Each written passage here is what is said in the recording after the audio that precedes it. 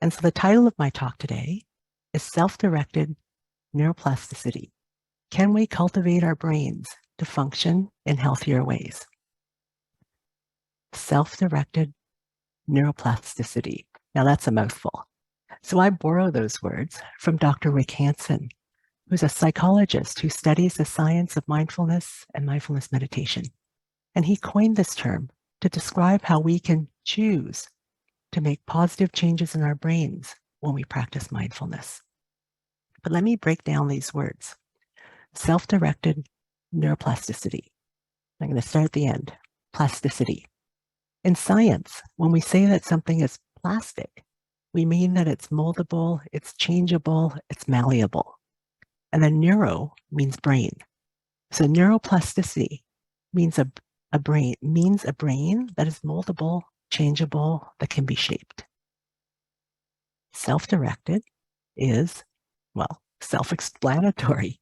It means that we can decide, we can determine, we can direct our own outcomes. So self-directed neuroplasticity, we determine how to shape or mold our own brains. We determine how we can shape or change our own brain structure and function. How cool is that? Now, probably it's not news to you that the brain is changing and capable of change. This concept of neuroplasticity has been discovered and demonstrated many times over the last few decades. But what might be surprising to you, though, are the words self-directed. Because I don't think many of us know this. I don't think that many of us are aware that we have the agency, that we have the choice as to how our brains change. I don't think that many of us know that brain changes can be self-directed and that we can change our brains in positive and beneficial ways. Dr. Richie Davidson, one of the foremost researchers on the topic of mindfulness meditation and brain change, says that most of us experience undirected neuroplasticity. Our world and our experiences change our brains in ways that are not beneficial for us. And I'm going to use the example of my bike accident.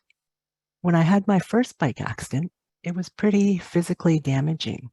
And my brain, rightly so, decided that my nervous system needed to take better care of me by becoming more careful to prevent further accidents.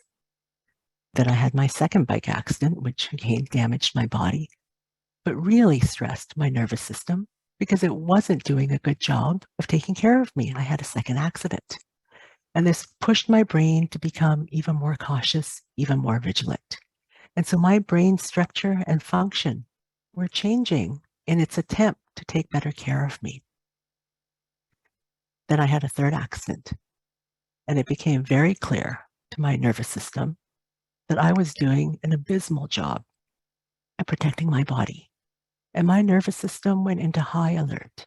It became hypervigilant to try to protect me from these dangerous situations around me. And that was the beginning of my debilitating anxiety and my panic attacks. My brain, in its valiant effort to protect me, decided that it wasn't only bicycles that were dangerous, but all modes of transport were dangerous. And so I started to have panic attacks on the subway, in airplanes, while I was driving my own car. My brain, which used to love adventure and challenge, was changing into a brain that was chronically anxious, that exploded into panic attacks, that shut down if there was a challenge, if there was a new situation. I was no longer able to function. And as I started to look at ways to heal, I realized that I actually didn't want my old brain back. What I really wanted was to find a way to build a better brain, a healthier brain. And that's when I discovered this idea of self-directed neuroplasticity.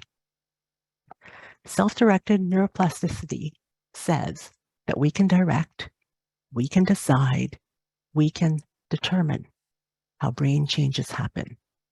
We can choose to put ourselves into certain environments, we can cultivate certain habits.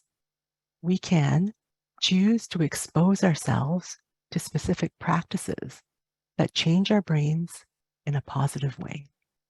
And in fact, there's a huge body of evidence that our brains have the potential to change in ways that build a better, healthier, happier, less anxious, less fearful, more resilient, more well brain.